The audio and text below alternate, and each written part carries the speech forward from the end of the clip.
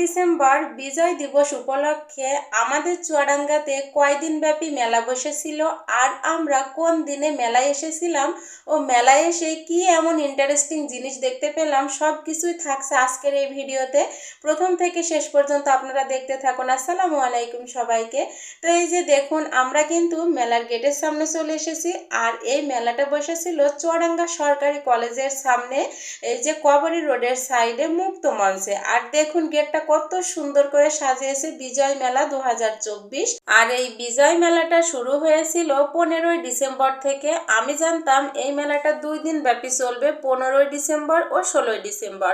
তো আমরা এসেছিলাম 16ই ডিসেম্বর বিজয় দিবসের দিনই চলে এসেছি। আর এই যে দেখুন, প্রথমেই দেখতেছি অনেকগুলো স্টল বসে আছে, দোকানপাট তো ভালোই বসেছিল। তো এখন আমরা পুরো দোকানপাটগুলো দেখাবো ঘুরে ঘুরে, আর আমরাও দেখব। এই প্রথম 2 মেয়েকে সাথে নিয়ে চুয়াডাঙ্গার বিজয় মেলাতে চলে এসেছি, অনেক ভালো লাগছিল। আর আমরা এসেছি আসরের আজানের পরে বিকালবেলা। তো এই যে দেখুন, আমি এক পলকে আপনাদেরকে দেখিয়ে দিচ্ছি মেলাটার কি একটা অবস্থা।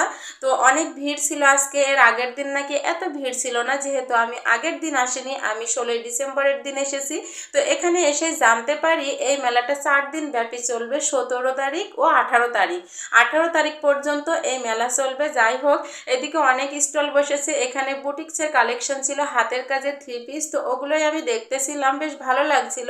তো ওদেরকে রেটটা জিজ্ঞেস করেছিলাম, ওরা বলতেছিল 2300 টাকা। তো মাশাআল্লাহ অনেক সুন্দর ছিল। তো আজকে আগে মেলাটা ঘুরে ভালোভাবে দেখে নিই, তারপরে কেনাকাটা করব। মেলায় এসেছি কেনাকাটা করব না তা তো হবে না, তাই না?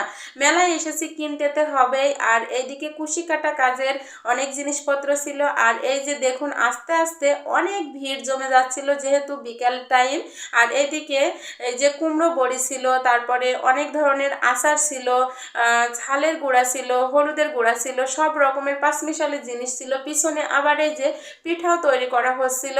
তো মাশাআল্লাহ এক একটা স্টল দেখে এত ভালো লাগছিল যা বলে বোঝানোর মতো না। আর এইদিকে দেখুন অঙ্গনা বিউটি পার্লার।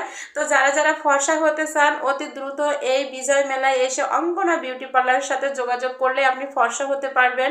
তো যার যেই সমস্যা আর কি, ওনাদের কাছে আসলে কিন্তু ওনারা সলভ করে দিবে। তারপরে চলে আসলাম, এই যে দেখুন এই বিষয়টা তো আমার কাছে খুবই ভালো লেগেছিল। এগুলো আর এখন দেখা যায় না, মাছ ধরা একটা কি বলে ওটাকে জানি না, ঝাঁপি হয়তো। তারপরে যে বৃত্তি ছিল, বাঁশের তৈরি ঝুড়ি ছিল, এগুলো এত সুন্দর লাগছিল। আগে ছোটবেলায় এগুলো অনেক দেখেছি, এখন তো আর দেখাই যায় না। তো এই বিজয় মেলাতে এসে এগুলো দেখে নিলাম। দেখতে দেখতে আর একটা স্টলের সামনে চলে আসলাম। আর এখানে সবকিছু হোমমেড ছিল। এই যে পিঠাগুলো বাসা থেকে তৈরি করে নিয়ে এসে এখন এই মাত্র সাজাচ্ছিল। তো এগুলো দেখেও ভালো লাগছিল। আর এইদিকে এই যে প্লেটমেট আর রানার দেখতেছিলাম। তো আপুকে বলেছিলাম প্রাইস কত, আপু বলেছিল 1000 টাকা। তো আমার তত একটা পছন্দ হলো না, এই কারণে নিলাম না। যাই হোক, এই যে কত সুন্দর করে সব স্টল দিয়েছে, তাই না?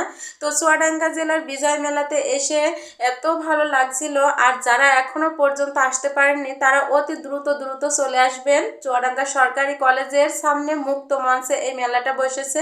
যাই হোক, এদিকে এই যে কৃষি চাষ করেছে, বেশ ভালো লাগছিল। দেখতে দেখতে চলে এসেছি ডিজিটাল কৃষি সেবা। এই যে স্টলের সামনে আপুটা অনেকগুলো সবজি নিয়ে বসেছিল আর নিচে ফুলকপি লাগানো ছিল, বেশ ভালো লাগছিল দেখতে। তারপরে গুড়ের ঘ্রাণ নিতে চলে আসলাম।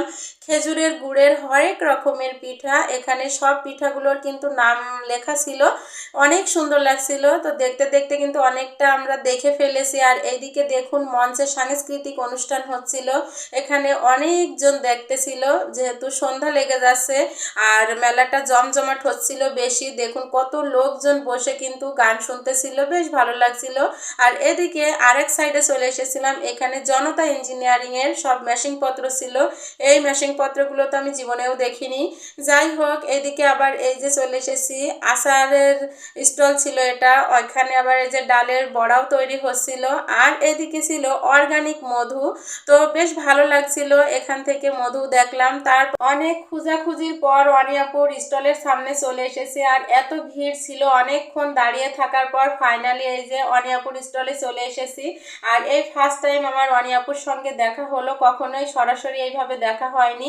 তো বিজয় মেলাতে এসে অনিয়াপুর সঙ্গে ফার্স্ট টাইম দেখা করলাম। খুবই ভালো মনের মানুষ, একটা মিষ্টি আপু আমার। আর আপু একটা কিন্তু খুব ভালো উদ্যোক্তা। এই যে আপুর কাছে কিন্তু অনেক জিনিস আছে, ছোট ছোট কানের দুল, রিং, চুড়ি, এই যে গলার সেট, তারপরে এই যে হেজাব, হাতের মানে নিজের হাতে তৈরি চিংড়ির বালাচাও, শুটকি, সবগুলো কিন্তু আপু একা হাতে হ্যান্ডেল করে। তো আপুর এখান থেকে একটা হেজাব পছন্দ হয়েছিল, সেটা নিব ভাবতেছিলাম। তো দেখুন কত সুন্দর আপু দেখাচ্ছিল। তো আপুর দোকানে এসেছে, আপুর কাছ থেকে কিছু না নিলে কেমন হয়, তাই না? তো আপুর কাছ থেকে এই হেজাবটা নিব। আর এই যে আমার ছোট মেয়ে চুড়ি পছন্দ করেছে, ওইটাও নিয়ে নিলাম। আর বড়টাকে পছন্দ করতে বলেছি, ও চুড়িটা পছন্দ করেছিল, কিন্তু আমার বড় মেয়ের হাতে হয়নি। তো আপু এই যে এখন আমাদেরকে দিয়ে দিচ্ছে। তো আপুর প্রোডাক্টগুলো নিয়ে বিল পে করে এখন আমরা আরো কিছু অংশ মেলার দেখার বাকি আছে। আর আপুর এখান থেকে বেরিয়ে আমরা বাকি মেলাটা ঘুরে দেখব। তো এই সাইডে এই যে প্লাস্টিকের ফুলের স্টল ছিল, তো এগুলো কিন্তু খুব ভালো লাগছিল। এগুলোর রেট ছিল 100-150, মানে যে যেরকমটা নিবে সেরকম দাম আর কি। খুবই ভালো লাগলো এই ফুলের স্টলটা দেখে। তারপরে এইদিকে আমার মেয়ে তো সরকা নেওয়ার জন্য কান্না করতেছিল। তো আমরা ছোটবেলায় মেলাতে গেলে কিন্তু আগে এগুলোই কিনতাম। তো আমার মেয়ে সেম কাজটাই আজকে করলো, ওকে 20 টাকা দিয়ে একটা সরকা কিনে দিলাম। আর এইদিকে ছিল এই যে মিঠাই বাড়ির দই মিষ্টি। তারপর দেখি সবাই মঞ্চের দিকে ভিডিও করতেছে, ভাবলাম আমিও যাই। আর এসে তো দেখি সাপ খেলা হচ্ছিল, এত সুন্দর করে নাচানাচি হচ্ছিল। আর এদিকে দেখুন সব জনগণ যেন হুবড়ি সুবড়ি খেয়ে ভিডিও করতেছিল। সবচেয়ে বেশি ইন্টারেস্টিং লেগেছে মেলাতে এসে আমার এই বিষয়টা। আর আমার মেয়েরাও তো ফার্স্ট টাইম এই খেলাটা দেখলো। যাই হোক, আমরা সব ঘুরে ঘুরে মেলাটা দেখলাম, কিছু কেনাকাটা করলাম, এখন চলে যাব বাড়িতে। তো কেমন লাগলো আমাদের চুয়াডাঙ্গার বিজয় মেলা অবশ্যই কমেন্ট করবেন। আর ভালো লাগলে কিন্তু আমার পেজটিতে ফলো দিয়ে লাইক, কমেন্ট অ্যান্ড শেয়ার করে দিবেন।